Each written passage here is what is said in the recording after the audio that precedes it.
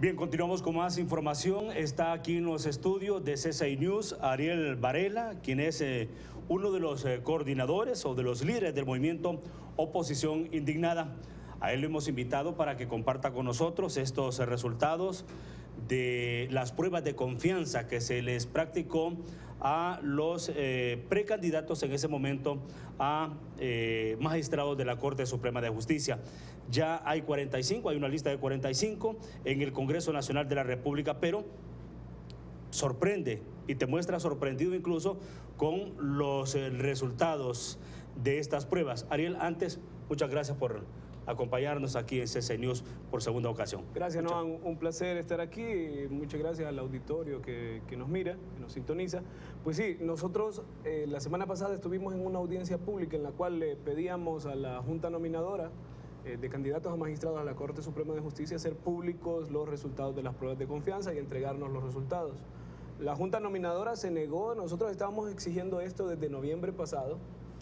Y entre las negaciones de la Junta Nominadora nosotros consultábamos si era posible de que no entregaban los resultados porque personas que no pasaron las pruebas de confianza o que no son de confianza para la Corte Suprema, para fungir como magistrados en la Corte Suprema de Justicia, era porque habían personas dentro de los nominados que no iban a haber pasado estas pruebas de confianza. Hoy lo confirmamos, tenemos en nuestro poder los resultados de las pruebas de confianza y podemos ver datos, por ejemplo, la clasificación del índice de coeficiente intelectual.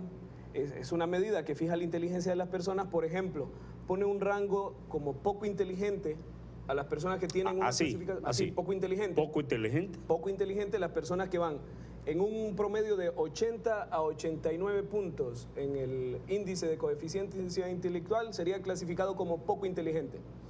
Lo interesante aquí es que personas abajo de poco inteligente, o sea, llegando casi a tener una deficiencia mental, están dentro de los nominados a la Corte Suprema de Justicia. Dentro de los 45 nominados a la Corte Suprema de Justicia, tenemos personas que casi tienen deficiencia mental. O sea, si podemos ver la clasificación de índice de coeficiente intelectual, dice que es el área limítrofe, las personas que tienen un puntaje de 70 a 79 puntos en el índice de coeficiencia intelectual. De 80 a 89 son poco inteligentes. Y nosotros tenemos, la mayoría de nominados a la Corte Suprema están en un rango desde limítrofe, casi deficiencia mental, hasta poco inteligentes. La mayoría están en esa área. De estos 45, ¿cuántos aparecen en ese rango?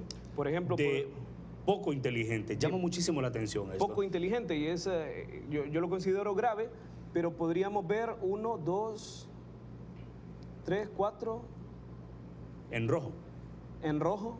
Ya 5, entrando 6, en aplazados. 7, 8, 9, 10. De 45 tenemos 11, 12 poco inteligentes a área limítrofe. Dentro de los 45 nominados a magistrados, tenemos 12 personas que están calificadas como poco inteligentes o en el área limítrofe para llegar a deficiencia mental. Esos son los candidatos a magistrados, los 45 que envió la Junta Nominadora, que atribuyó mucho la Junta Nominadora que iban a verificar la idoneidad de los candidatos. Pues resulta que nos sale con 12 de 45 tienen casi deficiencia mental y van desde deficiencia mental hasta poca inteligencia. ¿Qué nos indica estos resultados? Y qué nos indica también porque de estos 45 ya están en el Congreso Nacional y muchos de ellos, si se hace por negociaciones políticas, bien podrían estar en la lista de los 15 nominados a ser magistrados de la Corte Suprema de Justicia. Es correcto, y habrá que analizar por qué personas calificadas científicamente como poco inteligentes están nominadas a la Corte Suprema de Justicia. ¿Quién realizó estas pruebas? Estas pruebas las realiza la Junta Nominadora. La Junta Nominadora, con un equipo técnico. Con un equipo técnico, el equipo técnico del Estado que realiza las pruebas de confianza, que trabaja para Sedena y el Departamento de Inteligencia del Estado es quien se encarga de realizar estas pruebas de confianza. Pero no solo en el índice de coeficiente intelectual tenemos problemas. ¿Qué otros índices tenemos? Por ejemplo, Ariel, la prueba del polígrafo. Usted hace prueba del polígrafo para medir si alguien está diciendo la verdad o está faltando a la verdad. Y resulta que esta prueba del polígrafo se hace para realizar preguntas que tienen que ver con la labor que usted va a realizar en la Corte Suprema de Justicia o con lo idóneo que usted es como candidato a la Corte Suprema de Justicia. Y resulta que tenemos aquí candidatos que faltaron a la verdad. O sea que en la prueba del polígrafo no son confiables. no dijeron la verdad.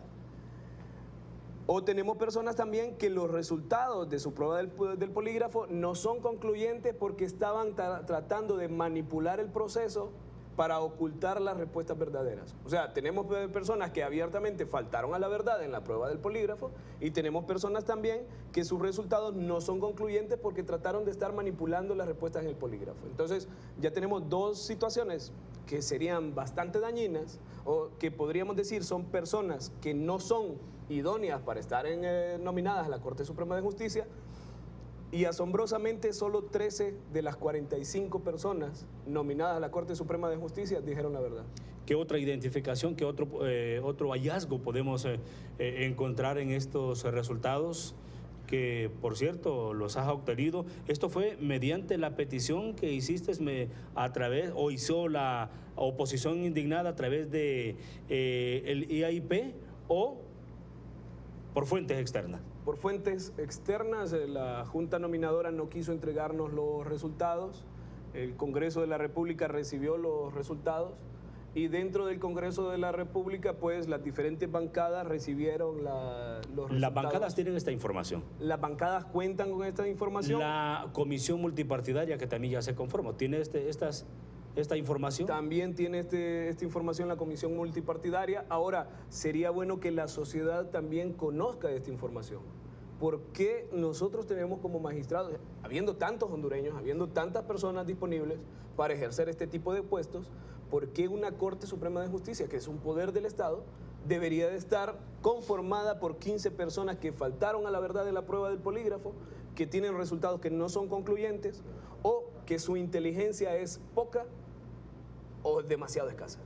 Esta información no es posible que sea manipulada para que cuando llegue al Congreso Nacional o a la Junta de Selección vean estos hallazgos. Ariel, ¿no te has puesto a pensar en eso? Que posiblemente alguna persona de esta tenga en sí otro resultado y que para dañarle se filtró esa información. Pues la verdad nosotros no creemos esto porque esta es la lista que tienen todas las bancadas, todos los diputados en el Congreso de la República. Son los resultados que van a evaluar en el Congreso para ver la idoneidad. Pero lo que nosotros nos preguntamos es si esto es lo mejor de los 45, personas con poca inteligencia, personas que faltaron a la verdad en la prueba del polígrafo. Me pregunto yo, ¿habrían mejores candidatos en esos 200? Y la otra pregunta que debemos de hacernos es, ¿será que si no habían candidatos con suficiente inteligencia o candidatos que cumplieran a la verdad en el polígrafo, o candidatos con mejores características, ¿será que sería necesario repetir ese proceso de selección o volver a convocar a las personas?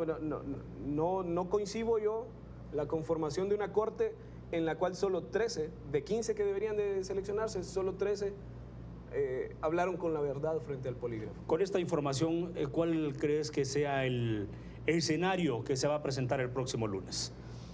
Bueno, hay diferentes escenarios. El Congreso de la República tiene por obligación elegir la Corte Suprema este lunes. Debería de hacerlo. Pero también el Congreso de la República, no sé si bajo este escenario sería también recomendable observar qué pasó con los restantes candidatos. Si habían mejores candidatos en esos 200 que se presentaron. Y las otras opciones que quedan, pues dentro de esto, tratar de establecer quizás 15 candidatos que cuenten con requisitos medios para poder conformar esa corte. La Junta Nominadora no prestó atención a esta información, a estos resultados. ¿Qué valió o qué pesó más en estas evaluaciones para que llegaran a conformarse estos 45? Y esa es una interesante pregunta. ¿Qué fue lo que valoró la Junta Nominadora? Porque analizando los datos, no son personas... O sea, yo veo los datos aplazados. Y vemos la matriz, están aplazados. Están aplazados. Yo di clases en diferentes universidades Y realmente me asombra. Yo creo que mis alumnos cumplirían mejor los requisitos que el listado que vemos aquí. Pero bien, lo importante es, son personas de confianza para un poder del Estado que va a estar durante 7 años manejando la justicia en el país. En el clima que tenemos ahorita de una crisis social por corrupción y por impunidad, ¿estos candidatos serían la mejor opción para Honduras? ¿O conviene en este momento analizar la posibilidad de volver a seleccionar y volver a crear una lista con candidatos que realmente llenen el perfil? ¿Esa es una propuesta de oposición indignada? No es una propuesta, pero la verdad que en este momento acabamos de recibir la información. Pero es para analizarla. Es de analizarlo, es de analizarlo. ¿Qué pasa? Pero habrá que preguntarle a la sociedad también. Y eso es lo importante, de que la sociedad conozca estos datos. Pero sabe las complicaciones también de que no se conforme una nueva Corte Suprema de Justicia o que se suspenda este proceso, que se mantenga entonces la actual Corte Suprema. Bueno, ahí hay algunos análisis que cabría realizar. La ley dice que la Corte, según la modificación al artículo número 80 de la selección de la Corte Suprema de Justicia, la Corte permanece en sus funciones mientras no se elija una nueva Corte. Entonces, en el caso de que esto obligase, estos hallazgos obligasen a retrasar la elección de la nueva Corte, lo que resultaría es que si el proceso tarda un mes, en un mes debería de asumir la nueva Corte. Si el proceso tarda un año, en un año debería de asumir una nueva Corte. Pero ¿qué pasa si elegimos una Corte con los candidatos que vemos aquí, de los cuales solo 13 dicen la verdad de 45? De los cuales vemos que 12 tienen una inteligencia escasa o una baja inteligencia. ¿Sería lo más apto para el país seleccionar por 7 años un poder del Estado conformado con personas con estas características? ¿O sería mejor esperar quizás un nuevo proceso que dure un mes, 2 meses? El peso de esa responsabilidad de suspender o de mandar de nuevo a hacer un proceso recaería entonces en la comisión multipartidaria nombrada en el Congreso Nacional o sesión en pleno. Yo creo que sería más en el pleno, porque la junta esta, la comisión multipartidaria, no tiene más atribución que la que se le delegó de nombrar una lista de 15 candidatos. Esa nómina de 15 candidatos es lo que va a salir de esa comisión multipartidaria. Ahora, el pleno del Congreso podría decidir no seleccionar esa nómina de 15 y el pleno del Congreso, porque dice la ley que hasta que tenga una mayoría calificada de 86 votos, no se puede nombrar la nueva Corte. Y si no se nombra la planilla de los 15, entonces habría que ir a una votación de 1 a 1 hasta poder tener como resultado la elección de los 15 candidatos. ¿Esta idea tuya o de oposición indignada tendría asidero, tendría respaldo en algunas bancadas del partido, del Congreso Nacional? Pues yo creo que este es el momento de iniciar a hacer los cabildeos con las diferentes bancadas, a ver cuáles son las diferentes posiciones. Estamos ya a tiempo, creo que estamos a tiempo de lograr alcanzar algunos acuerdos, algunos consensos de si estas personas, si con esta lista de 45 se ajusta o se alcanza a tener 15 personas que sean realmente buenos candidatos para asumir el mando de la Corte. El problema es ese que vemos. Solo 13 personas dijeron la verdad ante el polígrafo. Y las preguntas del polígrafo no eran preguntas como para ver cómo es usted con su esposa o preguntas para ver cómo es usted en su familia. Debieron haber sido preguntas para ver cómo usted debería desempeñarse en la Corte Suprema de Justicia. Preguntas de su honorabilidad, de su honestidad. Ese tipo de preguntas estuvieron en el análisis del polígrafo y fallaron. Y fallaron esas pruebas. De nuevo, repito, solo 13 personas aprobaron ante el polígrafo o dijeron la verdad. ¿Qué pasa con los demás restantes? Dentro de esos 45, pues faltaron a la verdad o sus pruebas no fueron concluyentes porque trataron de manipular la información. ¿Las pruebas de confianza qué incluían? Las pruebas de confianza incluían las pruebas psicométricas. Sí, que ahí dentro de las psicométricas está el coeficiente intelectual, la inteligencia emocional, la capacidad de dar respuesta o manejo de toma de decisiones, entre otras. Luego estaba la prueba del polígrafo, a ver si usted decía la verdad o mentía. Luego está la prueba médica. Dentro de la prueba médica estaba también la prueba toxicológica, que afortunadamente... ¿Cómo? ¿Aparece algo ahí? No, hay personas que tienen algunas enfermedades que están siendo tratadas. Hay otras personas que tienen un buen estado de salud. Y luego y que por razones obvias pues no podemos dar a conocer los nombres, ¿verdad? Es correcto. Sino en un universo más o menos resaltar qué es lo que ha pasado, cuál ha sido el dictamen que dio la Junta Nominadora al momento de enviar esta lista de 45 candidatos al Congreso Nacional de la República para que se presente una nómina inicialmente para seleccionar a los 15 magistrados que por 7 años van a estar en la Corte Suprema de Justicia. Años, sí. Y sí, es preocupante y creo que es de respaldar esa preocupación tuya, tomando en cuenta que esta lista o estos resultados ya están en poder de la Junta Nominadora, de la Comisión Multipartidaria del Congreso Nacional. Estos resultados ya están en posesión del Congreso de la República, de la presidencia del Congreso, la Junta Directiva, también de la Junta, de los jefes de bancada. De los jefes de bancada. Creo que a estas alturas ya cada uno de los diferentes diputados tienen acceso a ¿Sabrán leer eso? Deberían de leer bien eso, ¿no? Creo que debería ser el primer documento de análisis, y luego de esto pues se cuenta con los perfiles y hojas de vida de cada uno de los candidatos. Ya lo tienen. No afiliación. También está el dato de filiación política, pero yo creo que ese es el último que deberíamos de analizar. O sea, realmente si son idóneos o no, no debería de ser una cuestión de son idóneos porque es del partido X o del partido Y, sino son idóneos porque son honestos, porque no faltan a la de verdad, porque su inteligencia es la adecuada para dirigir un poder del Estado, porque en la prueba socioeconómica se muestra que no tienen antecedentes, entre otros, ¿verdad? Entonces, eso no podría decir si son idóneos. Por ahí está la matriz de evaluación, los resultados en las audiencias públicas, la idoneidad calificada por la Junta Nominadora, entre otros datos. Yo creo que este es el primer documento para establecer una base de análisis que deberían de utilizar los diferentes diputados del Congreso Nacional de la República. Y otro punto que sería interesante sería que este tipo de información fuera de acceso público para cada uno de los ciudadanos, para que pudiéramos hacernos nosotros nuestro propio criterio y saber qué es lo que está pasando en el Congreso, qué es lo que estamos eligiendo. Estamos eligiendo un poder del Estado, el país está dividido en 3 poderes de Estado. Esta es una elección bastante trascendental porque de aquí se decide cómo va a estar la justicia en el país durante 7 años más. Y que, por cierto, tendría que ir equiparado a la Maxi. Es correcto, por eso porque va a ser un soporte, que es por lo que ustedes han venido luchando, por la misión de apoyo contra la corrupción y la impunidad. Aprovecho ya estos últimos minutos, ya se firmó, ya evaluaron, ya observaron el documento que se firmó. ¿Qué les parece? ¿Tiene los dientes? ¿Tiene las garras? Este instrumento para morder, arañar, atacar la corrupción y la impunidad en el país? Bueno, realmente hemos analizado el documento, lo estamos analizando punto a punto cada una de las implicaciones del documento.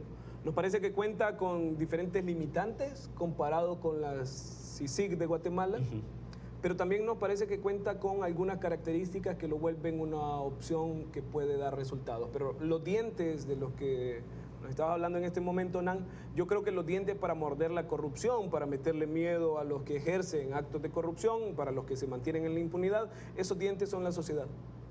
Realmente no es la Maxi ni la Sisi lo que le ha metido miedo a los corruptos en el país. Es la sociedad cuando se levantó en masivas movilizaciones, eso fue lo que puso a temblar a los corruptos y esos son los dientes que va a tener la Maxi cuando la sociedad comience a presionar, porque hasta hace algunos momentos, y yo creo que hoy se mantienen en las calles, las presiones gritando queremos la Sisi, ¿ya? Pero hoy y el lunes y el domingo la presión debe ser por orillar a una buena Corte Suprema de Justicia. Y cuando venga la Maxi, la presión tiene que ser porque la Maxi dé los resultados. O sea, los dientes de la Maxi... Ya cambiar el discurso de queremos una Sisi. Porque queremos resultados, porque queremos que los corruptos paguen, porque queremos entonces que se investigue el caso del Seguro Social. ¿Le dan entonces a ustedes un voto de confianza a la Maxi? Como oposición indignada, ¿dan ese voto de confianza? Como oposición indignada, nosotros damos nuestro empuje porque vamos a seguir trabajando en el fin de lograr detener la impunidad y la corrupción. Y en este momento contamos con una herramienta que llega al país. Esa herramienta lo que tenemos que hacer es, usted imagínese que le ponen una pala, la pala por sí misma no va a actuar. Entonces esa pala que se llama Maxi tenemos que tomarla y empezar a recoger toda la corrupción y la impunidad para llevarla donde debe estar. empeña la palabra el secretario de la OEA. ¿Confían? Eso me parece muy bien, es un punto que me gustó bastante en el discurso del señor Luis Almagro, cuando cambia el discurso completo de la OEA cuando hace en primera ocasión pública la propuesta de la Maxi, dice vamos a realizar diferentes diagnósticos en Honduras y vamos a darle diferentes recomendaciones al gobierno. En el discurso del martes anterior, el secretario general dice se acabó el tiempo de los diagnósticos, este ya no es tiempo de diagnósticos, es tiempo de tomar acciones. Eso le tomamos la palabra y esperamos entonces nosotros ver, el señor Almagro dijo que se va a meter de cabeza la Maxi en Honduras para que dé los resultados, pues Oposición Indignada se va a meter de cabeza también para que esto dé resultados y esperamos que toda la sociedad pues nos metamos de cabeza. Lograr resultados en el país en contra de la corrupción y la impunidad no es la Maxi, ni tampoco lo iba a hacer la Sisi. En cuanto llegara la Sisi al país, hay que presionar porque los resultados lleguen. Igual va a pasar aquí. Percibo que la OEA ha tomado a Honduras como un experimento. Es correcto. Como un experimento. Y no solo como un experimento, la OEA ha tomado a Honduras y un punto de partida para que otras naciones sigan este ejemplo. Es correcto. La OEA está tomando a Honduras como en el punto en el cual puede repotenciar su imagen y su valor para América. Y creo que no se van a desacreditar. Ha estado muy desprestigiada la organización. Este es el momento en el cual la organización puede tener un repunte o puede fracasar en ese intento, ¿verdad? Entonces, nosotros como sociedad nos conviene bastante que esto triunfe, que esto tenga éxito. No significa que la presión en la calle debe terminar. Ojo, porque muchos dicen estos están desmovilizando. No es eso. Es que nuestra estrategia debe cambiar. La presión no debe parar, pero sí, la presión hay que canalizarla a los puntos en los cuales pueda tener resultados. Ariel, muchísimas gracias por estar con nosotros. Un placer. Bien, Ariel Varela, uno de los líderes del movimiento Oposición Indignada, ha estado aquí con nosotros en C6 News. Vamos a la pausa, cuando regresemos tendremos más información.